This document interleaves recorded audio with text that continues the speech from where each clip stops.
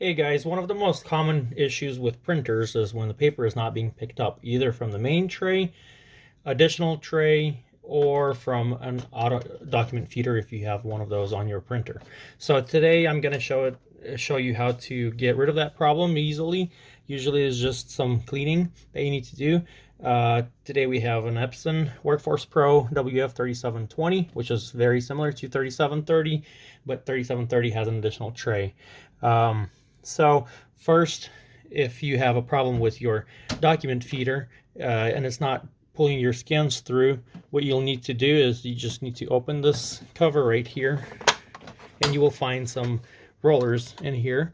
This printer is fairly new. I do not have that problem, but I'm just demonstrating on this printer right here. So these are the rollers that need to be cleaned. Make sure there's no extra dust in here. Paper dust accumulates on the rollers and stops the paper from being picked up every time. So one of the things is we can use a window cleaner. Just put it on paper towel and clean the rollers as we go. If they have a lot of, if over time it accumulates, you'll see darkening over here. That means it's picking up dirt. You can clean it like that. I clean it with alcohol swabs a lot of times, and it works for me. It doesn't really damage the rubber pieces as much as some people say it does. I've been doing this for many times, and I didn't see any damage from it. Usually it's just damage due to the age of the rubber rollers, which could be up to 15 years and they'll be fine.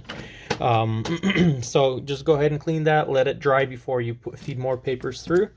To fix the problem with the main pickup roller, which we have over here. So from this tray, if you have paper in here and your printer is still not picking up the pages, we're gonna the printer's unplugged, and that's what I recommend you do as well. We're gonna put the printer on its side.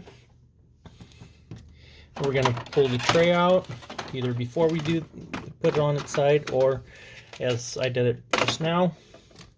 This is the pickup roller for the main tray. So if you have one, or you got one somewhere online or so, and you need to replace it, it's fairly simple to do so. You just lift it up and lift this latch and pull it out. You put the new one in like the same way. Just put it in here, lift this latch again, and just fix it like that. But most of the times you don't need to replace it. First of all, it's hard to find it, and it's just not necessary a lot of times.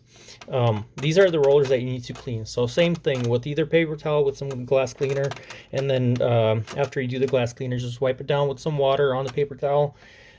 Do not spray any water or liquid solution inside of the printer.